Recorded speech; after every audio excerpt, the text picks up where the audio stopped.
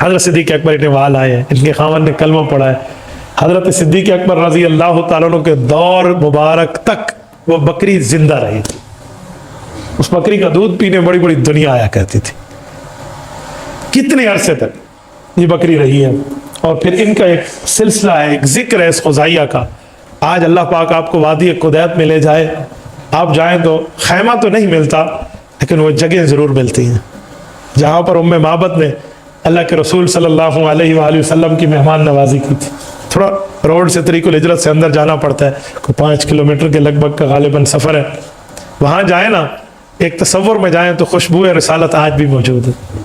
واللہ اپنے ایمان کو جلا بخشنے کے لیے چند لمحے بندہ وہاں ٹھہرے نا، ایمانی کیفیت میں ایک فرق آ جاتا ہے کہ اس زمین کو وہ شرف حاصل ہے جہاں میرے پاک پیغمبر نے ایک شخصیت کو کلمہ بھی پڑھایا تھا اور اپنے قدموں کو یہاں بوسہ بھی دیا.